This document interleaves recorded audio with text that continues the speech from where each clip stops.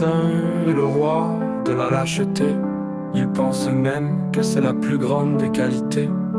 Son compagnon Milou, pour sa part en petit comité, mérite bien son titre de reine de la lâcheté. Je sais que le mot n'existe pas, non, mais t'as pas vu ces deux-là. Enfin je dis ça, mais souvent ça tourne en plan à trois. Suffit que la mère de Tintin ramène un pot de Nutella. Un conseil, ne leur dites jamais de vous visiter. Vous feriez mieux plutôt de vous méfier, car ils pensent et parlent toujours au premier degré. Vous risquez bien à tout jamais de le regretter.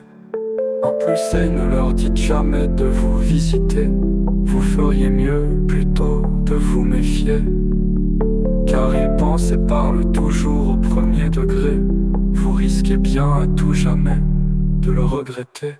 En plus, Tintin est un être psychorigide. Il va insister pour vous expliquer comment sa mère est devenue frigide. Comment depuis la mort de papa elle s'est spécialisée dans l'extrait d'huile de rachide, et qu'il valait mieux déménager avant que Tintin ne soit accusé de parricide.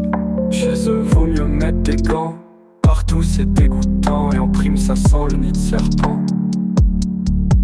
Faut surtout ne rien avaler, même si c'est proposé gentiment. C'est un quoi à avoir la tête qui tourne et à s'effondrer dans le divan. Puis ensuite, à se réveiller auprès du toutou à poil et de Tintin dans sa maman. Un conseil, ne leur dites jamais de vous visiter. Vous feriez mieux plutôt de vous méfier, car ils pensent et parlent toujours au premier degré. Vous risquez bien à tout jamais de le regretter. Alors c'est sûr que dans le quartier ils ont mauvaise réputation. Vivre près d'eux s'avère être une véritable punition. Ici les murs sont fins et on a une parfaite audition. Dès que le couvercle de Nutella fait un début de rotation, on entend Milou miauler puis qui entre en érection.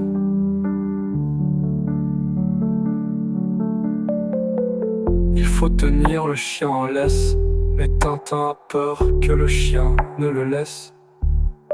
Alors matin, midi et soir, son pantalon il le baisse, en lui disant ouvre la bouche, c'est encore l'heure de la messe.